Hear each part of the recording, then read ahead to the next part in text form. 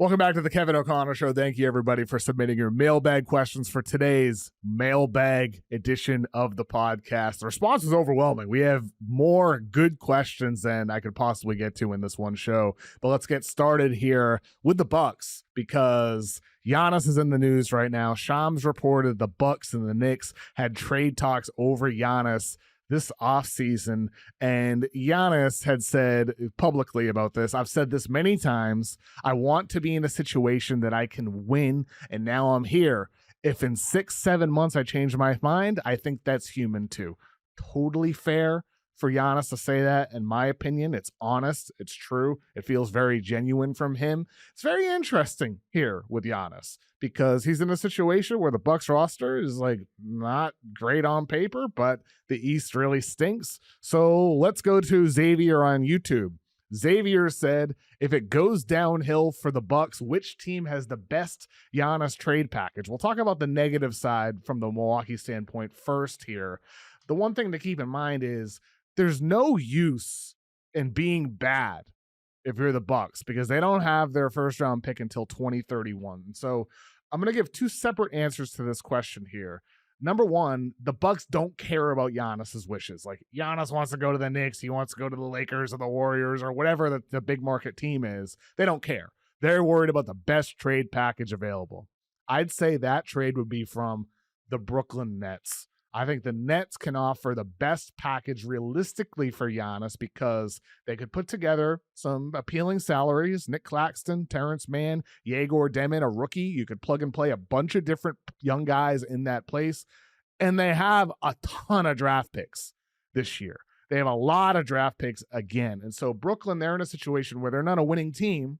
They're not, quote unquote, ready for Giannis. But they did get Michael Porter Jr. They do have a lot of good young guys. If they get Giannis, suddenly they're potentially the destination for the next team. So I think the Nets would be the team that realistically could put the best package together. There's other teams with a lot of picks as well, but I don't look at those teams like OKC's not going to do it. They already have an established team. They're not going to be a team to put it over the top. Utah's not ready, even though they have a lot of picks. Houston, you could make that argument. I just think it'd be like too much of a dramatic change for the Rockets. So I wouldn't go there. And I think the other side of it is the Warriors do care about what Giannis wants, that they do factor in his wishes to go to a winning situation. And in that case, I'm intrigued by the Warriors. And I think with them, it's in part because of the Steph-Giannis relationship, but they also have the perfect salary. It's a match. Jimmy Butler. Now, the Bucks probably wouldn't want Jimmy Butler, and I don't think Jimmy Butler would want the Bucks. So that would be a whole thing. I'd imagine Butler diverted to a third team for other pieces like the Suns. The Suns have a bunch of guys that could put together a Jalen Green, Dylan Brooks, salaries, Grayson Allen. They could do something like that. And the Warriors, because they're so old, their future picks down the line would have some value. And you might be wondering, why is Kuminga not in this? Well, the thing with the Warriors is because if they were to give Kuminga, it's really hard to get to the $54 million for Giannis. And I think that's something to keep in mind when it comes to what Golden State's intentions would be during the season. During the offseason, it's a whole different conversation. But during the season, it would have to be like Kuminga plus Moody plus Hield, and then a bunch of like guys making $3 million. It's just not realistic. Or they'd have to give Draymond Green. And so I don't really see that being the path it would be if it's the Warriors. With that said, I would expect Giannis to finish the season with the Bucks. To me, this is more of a next summer thing. I just feel like it's just so hard to make such a dramatic change during the NBA season, but who knows? You know, we just saw Luka get traded earlier this year from the Mavericks to the Lakers, and I've got some crazy Giannis trade ideas that I decided not to include here. But if you want me to share my craziest Giannis trade idea, one that I think would break social media even more than the Luka trade did, let me know. Leave me a comment if you want me to reveal that trade idea that I have next episode. A quick story here, because the other side of the Giannis thing was Doc Rivers. Doc Rivers fully declined that this happened. These discussions between the Knicks and the Bucks even happened. And he said in his quote, I read where it said several conversations. Well, that never happened. It was a conversation where a team called, and John Horst, the Bucks general manager, has been saying no now for 11 years. I don't know why this is a new story, but I guess it is. And it's just, I haven't brought this up in many years. I don't even know if I've ever mentioned it on a podcast, but back in 2016, this is before I was hired at the Ringer. At the time, this is when the Celtics missed out on Kevin Durant. There were real rumors in league circles at that time that they were having conversations with the Clippers for Blake Griffin. This was like a story that became big enough locally in Boston and LA that Doc Rivers went on Woj's podcast at the time, and he said, quote, "We are hoping that Blake ends his career playing for the Clippers, period. So when teams call, we say we have no interest." First of all, no team's calling right now because teams know we don't have any interest. And Doc brought that up on the podcast unprompted by Woj. He led the show with it, I remember at the time. And it's just funny looking back because Doc is so good at lying through his teeth, because in 2016, he said that. In 2017, Blake Griffin, he signs a 5-year contract extension with the Clippers, and that was the year the Clippers gave him this whole big show, Clipper for life. They gave him a T-shirt, and they all this and that, the fake retirement ceremony. And then 6 months later, Blake Griffin's traded to the Pistons. He's blindsided by that. And so I've got a hard time trusting anything Doc Rivers says ever since then in 2016. But with that said, I would imagine that the Bucks, for a reason, are trying to move forward with one of the greatest players that we've ever seen in NBA history, which is why let's move on to an optimistic side of things here for the Bucks here with an email from Mike. Mike said, with a much more athletic and mobile center, what's the Bucks' defensive ceiling with Giannis and Turner? And Mike mentioned in his email how in their opening preseason game, he saw Miles Turner locking down Bam Adebayo, playing higher up in pick and rolls compared to what we've seen Brook Lopez do with his deep drop. And, you know, I think, Mike, like this really aligns with the vision that we heard about a year ago. 1 year ago, before the Bucks brought back Brook Lopez, there were rumors about how they wanted to play a more versatile style of defense. They wanted to modernize what they were doing on that end of things. And I think when you look at their rotation now, this Bucks team on paper, this has the upside to be a really great defensive team, especially if they get a locked in, intense Giannis on this team, because they have size and length and versatility. And then the Turner Giannis front court could be really freaking good, man. Like, Turner's a good defensive player, not an elite one, but very, very good. And he fits exactly what the Milwaukee Bucks want to do this year. And so if you get DPOY level Giannis, that is really what can put them at the level of top 5, top 10 defense. But they just have so many different guys, so many different combinations, a lot of length and versatility. I think the Bucks can end up pretty good defensively. Offensively, with Giannis, anytime he's on the floor, you're going to be great. The questions are, what does it look like around him? And that, to me, is the biggest question involving the Milwaukee Bucks this year. And I'm sure for Giannis, that's the biggest question for him too, when he looks down the bench and looks across the roster and he's surveying the floor, and it's like, oh, I'm kicking it out to Kyle Kuzma. I'm kicking it out to, Andre Jackson. It's just a lot of guys who are iffy shooters, whoever it might be on the floor. All right, next email here from Bryant. Bryant said, which team do you think has the widest range of possible outcomes this season? Genuine contender to potential play-in collapse or full-on tankathon? All right, so Bryant, thank you for the question here on the email. I would say this. It's got to be a team in the West, considering how deep it is. The East, I feel like you can slot teams into tiers quite easily. But in the West, there's just so many good teams. Somebody good is going to miss the playoffs. So it's got to be a team in the West. And it would also have to be a team that has their own pick, because you're asking for the most variance. Championship contender or like full-on tankathon. And to me, I think it narrows it down to a pretty clear answer here. The Dallas Mavericks are the team with the most variance this season, because you can talk yourself into this team when you look at their potential rotation. When Kyrie Irving comes back, this team has the pieces to be just big across the board with Lively and AD and Cooper Flagg and Daniel Gafford and PJ Washington in the front court. That team is huge with front court versatility. A backcourt with Klay Thompson as a shooter and Max Christie, who's really freaking good, and Caleb Martin and D'Lo as a spark plug. And then Kyrie comes back, and you get Najee Marshall off the bench. There's just a lot of depth and talent on the roster. The upside of this is like they're an elite defense, and they have a really good offense throughout the season that becomes great when Kyrie Irving is back. And suddenly, like, you know, Nico Harrison is like, I told you so, you dummies. And they win a championship. You can talk yourself into that. But you could also easily talk yourself into this team not having enough shooting and guys getting hurt, AD missing time, and there being issues on this roster. And you can also talk yourself into Kyrie not being the same, or Kyrie deciding to sit out, and Cooper being good as a rookie, but not great as a rookie. And all the injuries happen. Lively's missed time in his career. AD's missed a lot of time in his career. Klay Thompson's old. Kyrie coming off the ACL. And you can talk yourself and this team into being like, yeah, maybe we're better off missing the playoffs. Maybe Kyrie sit out the whole year, and suddenly they're in the lottery again. So I'd say the Dallas Mavericks are the team with that by far the widest variance in the Western Conference. Next up, we have Jake on Spotify.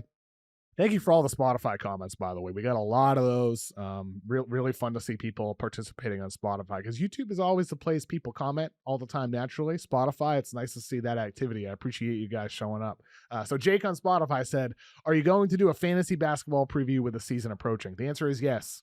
Next Thursday, a week from today, I'm having Dan Titus from Yahoo Fantasy Basketball on. We're going to be talking with a segment after another guest I have on. We're going to talk a little bit of fantasy basketball. Another one from Spotify from Luke. Who's your sleeper pick for a rookie that will look back on as a top 3 player from this draft class? All right, so I'm going to set a rule here. This player can't be taken in the top 6, because I think, I would probably say Trey Johnson. But we'll avoid that. Ace Bailey, we'll talk about him in a little bit when we get to a question that prompts a Utah Jazz answer. So I'm not going to say him at number 5. Let's move down to Cedric Coward. He goes to the Memphis Grizzlies. Cedric Coward, if you've listened to my podcast earlier this year and all of my draft content, you know how much I love this guy. I love Cedric Coward. I think this dude is a great shooter, a versatile defender, plays hard, makes the right plays on the floor, an elite kid, an elite worker. And I just love the fit for him in Memphis with a little bit of youth and a star in Ja Morant to grow next to on a team that now that Desmond Bane is gone, they really need a co-star next to Ja Morant. And so I think there's a path for him to grow into being that guy, but also there's a floor for him to be a really good role player. So I'd say Cedric Coward would be the first one with the Grizzlies. The other one, and you mentioned him in your comment, Luke, Carter Bryant from the San Antonio Spurs. Carter Bryant makes sense here because he's 6'8", he's long, he's a smart player, a great cutter, very active. Hopefully the shot is really falling for him with the Spurs. Offensively, we know the things that he can do. Maybe he becomes an on-ball guy over the course of time. Defensively, that's where the dude is like guaranteed to be a good player. He is so great defensively, potentially a lockdown guy, and at a minimum, at least highly versatile. And so I'd say Cedric Coward and Carter Bryant are those two guys that we could look at years from now and say, okay, they should have been taken in the top 3. The other one I'd say, like out of the top 20 real quickly, Will Riley with the Wizards. Will Riley with Washington is interesting because everything I just said about those other guys, length, versatility, a bit of ball handling ability. Will Riley is somebody who I think could exceed expectations if things really pan out for him in Washington. If you're enjoying the mailbag so far, please leave a comment saying so on YouTube or Spotify, or mention it in a 5-star review on Apple, because I think there's a chance we do more of these. This was a great response. You guys submitted a ton of questions. I have a lot of them to get to. Let's go to a comment on YouTube replying to my conversation with Amin El Hassan earlier this week, and that's from my gaffer on YouTube. He said, you guys are big naysayers with Kuminga. With the extra shooting the Warriors have now, JK can fit with way more lineups. I think you guys are going to be way wrong on this one. I don't think he'll be traded this season. You could be right. you totally could be right. We've seen him in 2 preseason games so far, and Kuminga last night on Wednesday had his big block that was, overturned on Shaedon Sharpe at the rim. He's taken a pass-first approach that he's talked about and been pretty open about.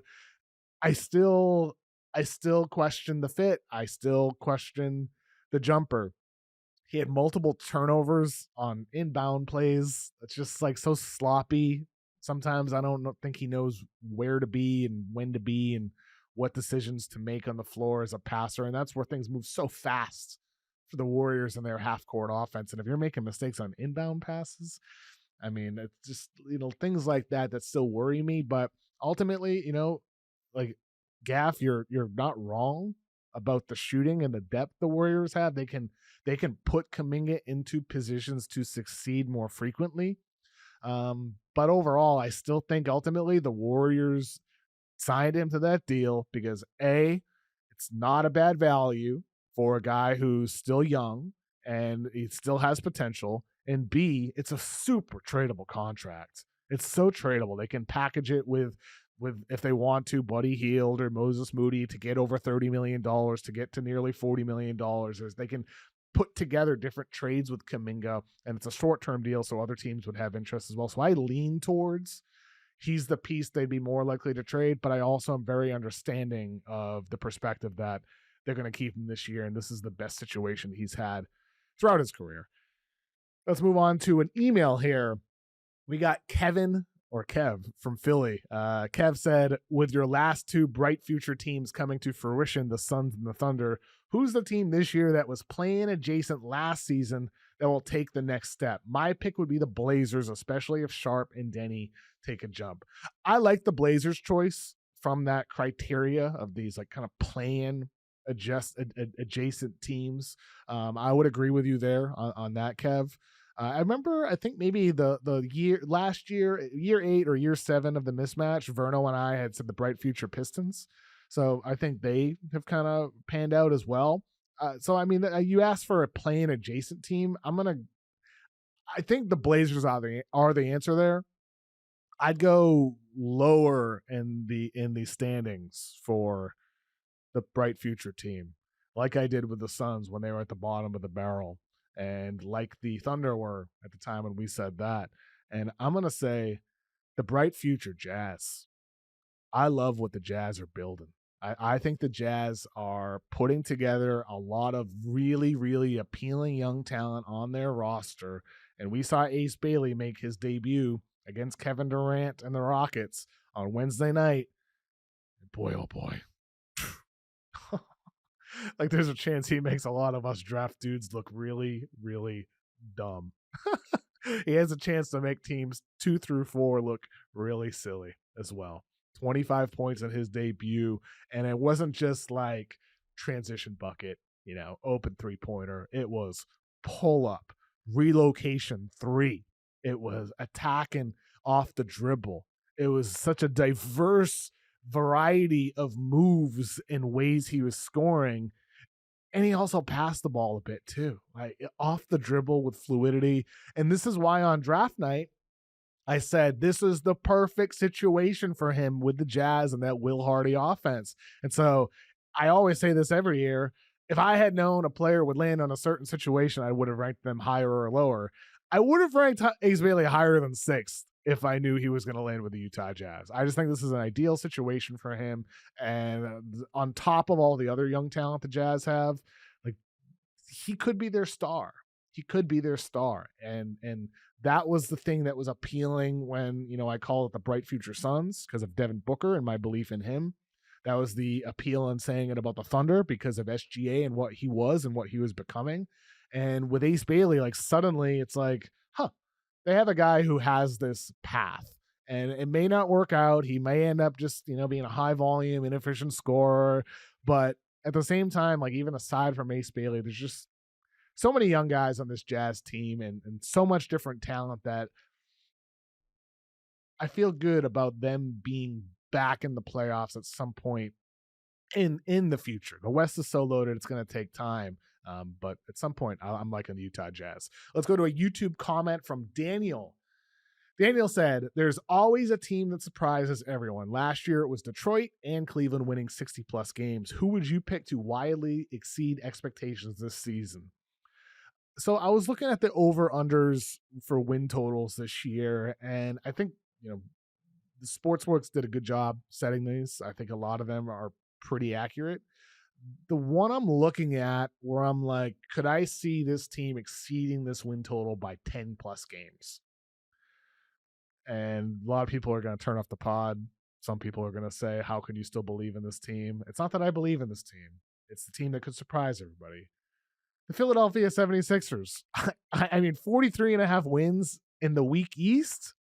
To me, that's an easy, I'll slam the over, just simply based off the fact if Embiid plays 60% of the games, if he has a healthy year, if it's a healthy year, the last 2 seasons, Embiid has played only 58 games, but they've been on a 55-win pace in the games in which he's played.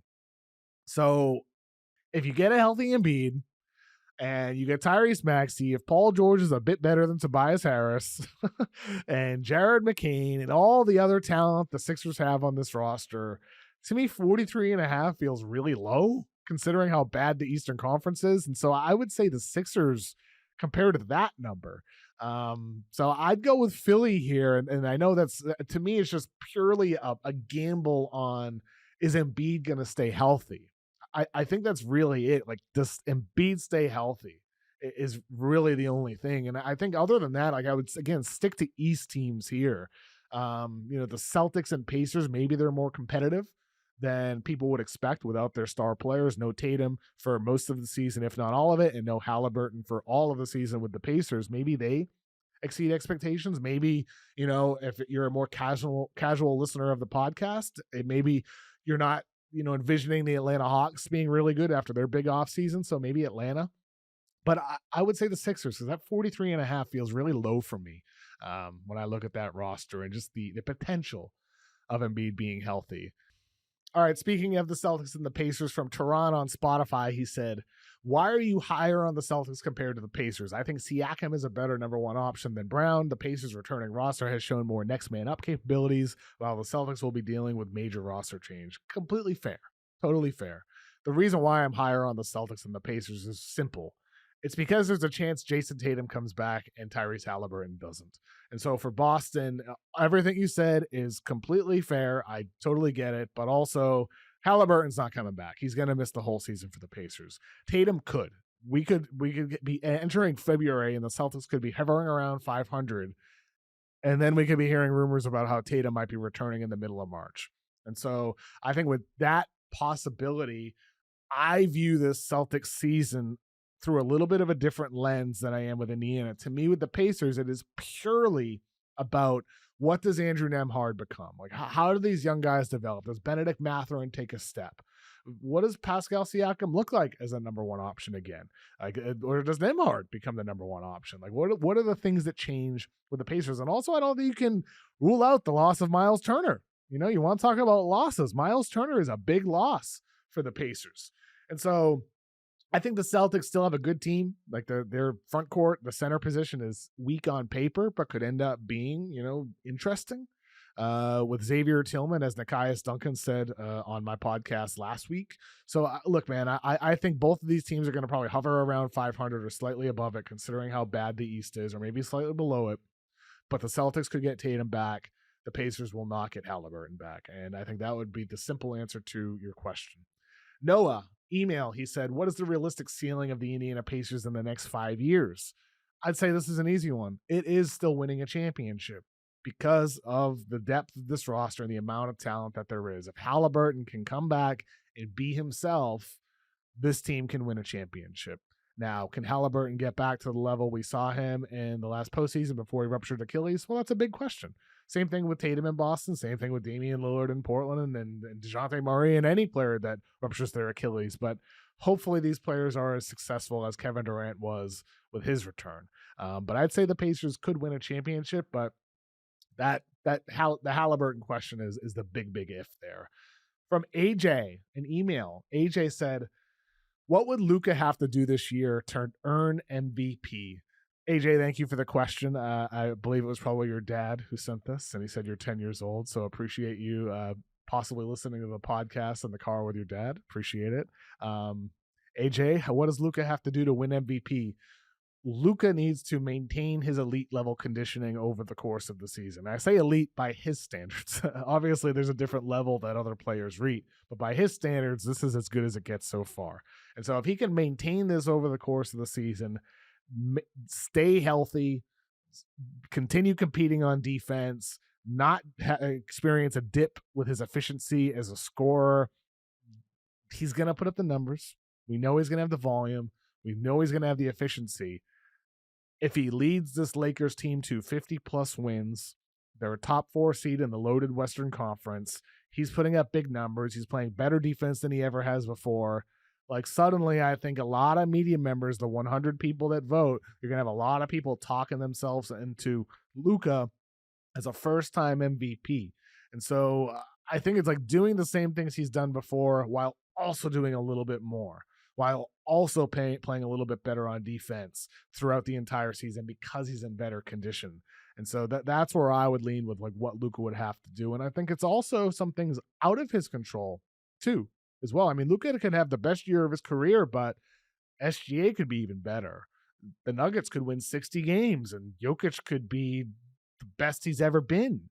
Like, there's a chance that happens. What if the Bucks win 50 games and Giannis averages, the best numbers of his career? There's a chance Luka could be awesome, but other guys could be still a little bit better. But I do think that the media narrative aspect is, if Luka is indeed what we think he could be and should be, that is going to be a factor when it comes to the media voting. Thank you for the question, AJ. Nick emailed us. He said, which teams from the East and West would you want to see personally play in the finals if both squads are healthy?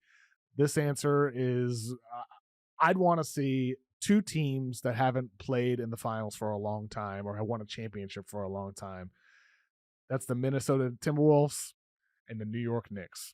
And there's also the factor of that I think it would be really cool considering the Cat Randall trade, that if those teams were to face off together. I mean, the Knicks haven't won since the 1970s and the Minnesota Timberwolves never have. I just think it would be really cool to see those teams rewarded and see them play in the championship. And plus, they're teams that have made big moves. I appreciate front offices with courage and the willingness to take risks in the name of trying to win and compete for a championship. So I think both those teams have done that. Another email from Alex from Charlottesville. Alex said, approximately how many families will the Wemby-Kornet passes feed, and any thoughts on the new Taylor Swift album? Kevin Ophelia. Good one, Alex. French Vanilla, which is the most brilliant teammate nickname I've ever heard for Victor Wembanyama and Luke Kornet. For Wemby and Kornet, French Vanilla, I hope to God we see a lot of big pick and rolls like we have so far in the preseason with those two together. I mean, the Spurs have been creative, man. I mean, we've seen some smaller players screening for Victor. We have seen Victor play with a big screening for him. They're going to put the ball in this guy's hands this year, it seems, apparently. And boy, I'm just excited. I'm excited to see Kornet as a screener for Wemby. I just hope we see a fair amount of 2 bigs. To me, I think it's something that I want to see with Victor. I don't want to see him as the lone big on the floor in the name of experimentation. Maybe you learn that what happened prior with Zach Collins is a mess and that you're not going to play 2 bigs. But I think with the right big, it's worth experimenting with. And as for The Life of a Showgirl, it's solid. It's not my favorite T Swift. I've given it, I think, 5 listens since it released. The Fate of Ophelia, very nice song. Actually Romantic, nice song. There's like good songs, there's good moments, but I don't find myself so far wanting to revisit it over and over like some past Taylor Swift albums. But I need it to grow with me. I like it more after my 4th or 5th listen than I did after my first listen. So I'll give it more time. I'll be patient with it. It's got nice sounds. It's nice. Like I liked it most when I listened in the car rather than when I listened intently. at home with my headphones on. I liked it in the car in the background. It felt it was nice to have on. So I like it so far, but it's not my favorite Taylor Swift. I like it more than her last two albums. But I don't like it more than I'm an Evermore folklore guy. I really like Red. Those are my probably three favorite Taylor Swift albums, I'd say. But thank you for the question, Alex. Let's move on to Jacob. Jacob said, "Hi, KOC. I'm a high school senior and I want to host a podcast someday. What advice do you have for me to get started? Also, there's a girl I want to ask to prom. How should I do it?" Thank you for the question, Jacob. I'll answer the second part of your question about prom first, because I think it directly leads to the answer to the first question. And in some ways, I'm not the right person to answer this question because I didn't go to my senior prom. But I did ask one girl, and I always thought she was like the most beautiful girl in the school. Like she's the type, like she didn't think she's the most beautiful, but I thought so. And so it took me a long time to come up with the courage to do it. And I remember like when I did it, when I asked her, my heart was like beating out of my chest. I was probably sweating profusely. And I asked her in the hallway one day, and I remember she like looked super surprised. And she said something like, "Oh, I'd like to, but I need to ask my parents." And because she was a sophomore, her parents were super strict. And so I understood, of course. And I actually felt optimistic about it. And, a few days later, they said no, they don't want her going out with a senior. I was like, I totally understand. It's okay. And, I didn't do anything else. I didn't ask her, could we go on a date instead? I didn't ask anybody else. I just was sad and ate the L. I wallowed in my sorrows. And, at that age, I just feel like I didn't know how to take the initiative. I didn't know how to like take agency in my own life, even though, I did have the courage to ask. So maybe in some ways that I did. And so, how should you ask her out? You just do it. Even if you're nervous, just do it. And like, it's really that easy. Just do it. And I think tell her you think she's cool or beautiful or whatever. And it's early in the school year now. We're only in October. Maybe, when you ask her out instead of waiting for prom, it doesn't have to be this whole big thing with prom as the first time going out with somebody. Just do it sooner, I would say. I think that's really the answer to both your questions, because no matter what it is that you want to do, you have to take the next step. You just have to take action. Like no matter what it is, no matter how nervous you are about it, you just got to do it. And so I think it's also okay to fear failure, because you're going to fail. Sometimes you're going to get denied things that you want. You're going to have doubters. You might even doubt yourself. And so I think you just got to like push through all that, no matter what it is, and take actions in your life that put you on a path towards the person that you want to become, and like direct actions in terms of a podcast. What can you do? Save up for a solid starter quality microphone and just start recording. Like your team makes a big trade, record it, post it on YouTube, learn how to edit videos in a program like Adobe Premiere. And like, I think in college, I would imagine it was like this at the time when I was in college, they have discounted subscriptions for monthly subs to the Adobe Studio. And so you could learn how to edit videos in Adobe and get good at that. And, I saw a clip on social the other day of this guy, Palmer Luckey. He used to run a VR company, and now he runs a company called Anduril. And he was talking about using your young person privilege when it comes to emailing like famous people and all that. And I think that's good advice. Like, CEOs and bosses and executives and writers and podcasters, whoever it is that you might admire in the field that you want to, enter into, they're more likely to respond to you if you say, "Hey, I'm 18 years old and I really like this," than if I'm 38 years old and I want to learn more about this. So people care a little bit less if you're, past 30 or past 25, but use your young person privilege and just like email people, reach out to people. Ask questions, put yourself in a position to meet people and try to get experience, I'd say, by pushing for internships early in college rather than waiting for your junior, senior year at the local newspaper or the local TV station, whatever it might be. And so it's like, just take action and definitely ask out the girl. Definitely ask out the girl. So do that, Jacob. We got an email from Jake. Jake asked, can we get your top 10 Mountjoy songs in order? All right, so we're going to do studio only here. And my top 10 doesn't include their biggest hits like Silver Lining or Strangers. It doesn't include the fan favorites like Astrovan or Jenny Jenkins. All of them great songs. I love all of those songs very, very much. But let's rattle through 10 to 5 before we get to the top 4. 10, Bug Eyes. 9, Lucy. 8, Mount Joy. 7, Rearrange Us. 6, I'm Your Wreck. 5, Don't It Feel Good. Number 4, Dirty Love from their first album. This is the song that hooked me on Mount Joy. The ukulele that comes in at the start. It's a very short song, 2 minutes and 44 seconds, but it's a journey. And I'm a Pink Floyd guy.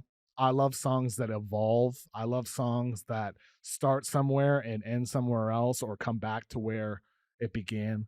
And with Dirty Love, like in a short, under 3-minute song, I felt like, oh my God, there's so many sounds and like the guitar that comes in and the drums that come in. And it's just a beautiful, amazing song. And, you know, when I first heard Mountjoy, it was their first 2 songs on their first album, I'm Your Wreck and Dirty Love. After I heard Dirty Love, I went home that night, listened to the whole album again the next morning, and fell in love. And almost a decade later now, or what is it, 8 years later now, still love the band just as much as I did, if not more, than I did when I first heard them. Number 3, Julia. The song is just so good. You know, it's just such a nice song, vivid story. The lines that begin the song, I'm ordering food high and I don't know why. I'm so nervous. It's just such a good vibe. The whole song just sounds good. The piano that begins at the song and the live versions. I'm not factoring in live versions with this ranking, but the live versions would probably push it even higher on the list because Jackie on piano and the improv in the middle of their songs and how they cover songs in the middle of Julia, just so good. So good. Number 2, Orange Blood. I love this song. It's a song about love. It's about falling in love. It musically, it just makes me want to move.